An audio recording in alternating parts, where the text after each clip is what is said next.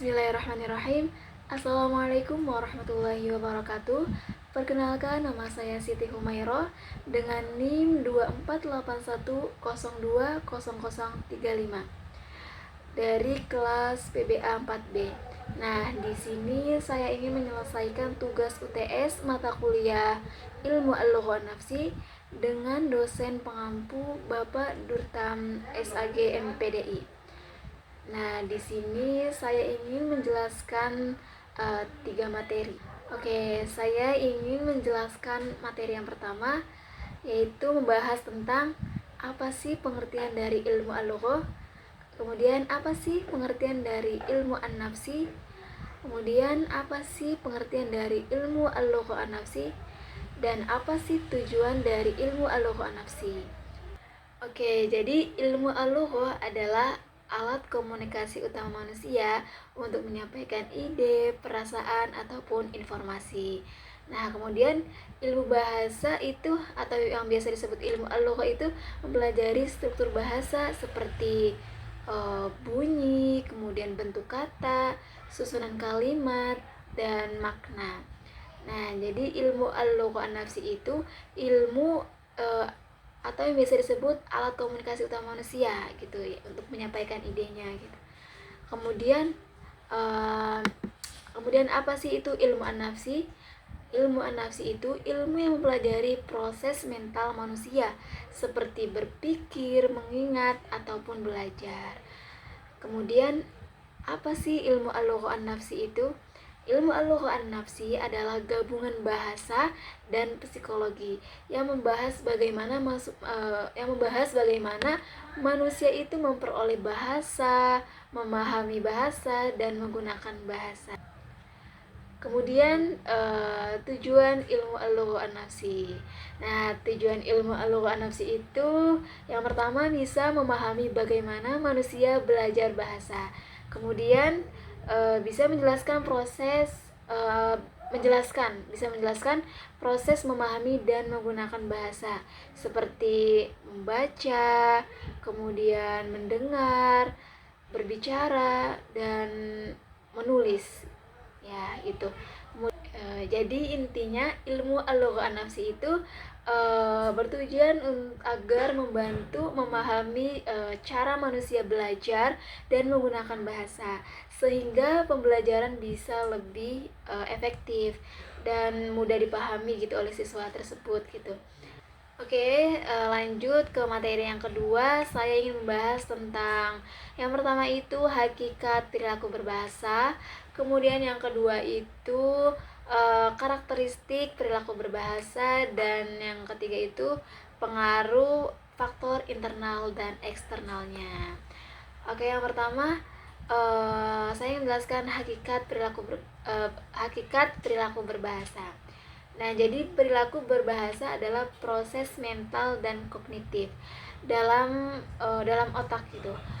Jadi untuk memahami dan menghasilkan bahasa. Jadi bukan hanya sekedar berbicara, tetapi juga melibatkan berpikir, ingatan, dan pemahaman. Kemudian yang kedua, saya ingin menjelaskan tentang karakteristik perilaku berbahasa. Nah, karakteristik perilaku berbahasa itu yang pertama ada produktif. Nah, jadi bisa membuat kalimat baru gitu dalam berbahasanya tuh. Kemudian yang kedua itu sistematis, yaitu mengikuti aturan bahasanya. Jadi dengan sistematis gitu, bisa sistematis gitu. Kemudian yang ketiga itu kreatif, yaitu fleksibel sesuai situasi gitu. Kemudian yang terakhir bermakna, yaitu bahasa itu mengandung pesan gitu, mengandung arti. Oke. Kemudian yang ketiga itu pengaruh faktor internal dan eksternal. Yang pertama saya ingin menjelaskan tentang internal terlebih dahulu, yaitu contohnya itu seperti motivasi, minat, kecerdasan, dan memori itu mempengaruhi kemampuan berbahasa.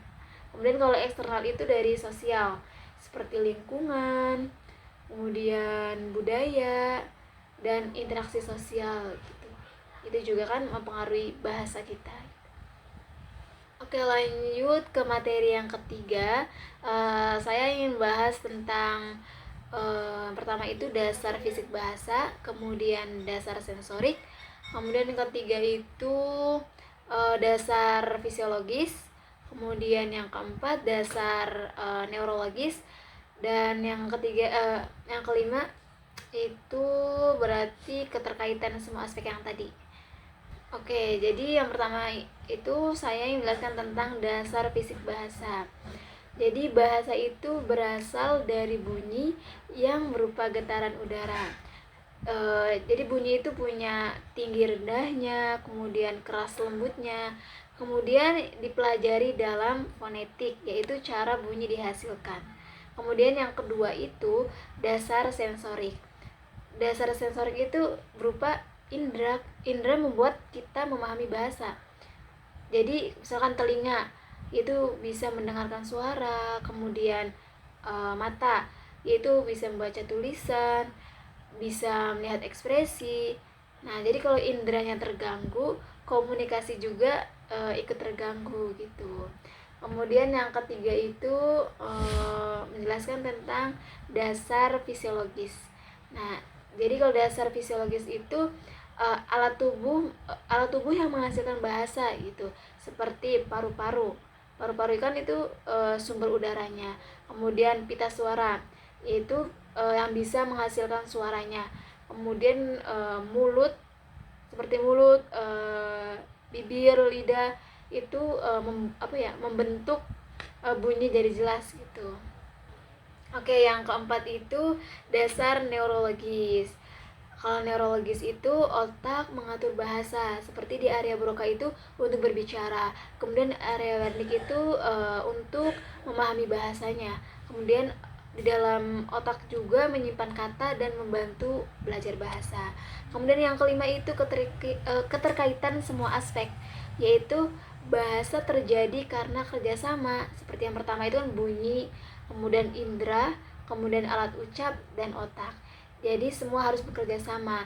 Kalau satu terganggu, bahasa juga bisa terganggu gitu. Jadi harus ada keterkaitan semua aspek yang tadi, seperti neurologis, kemudian fisiologis, sama apalagi tadi fisik bahasa ataupun sensorik gitu. Jadi semuanya harus ada keterkaitan agar bahasa kita juga tidak terganggu gitu.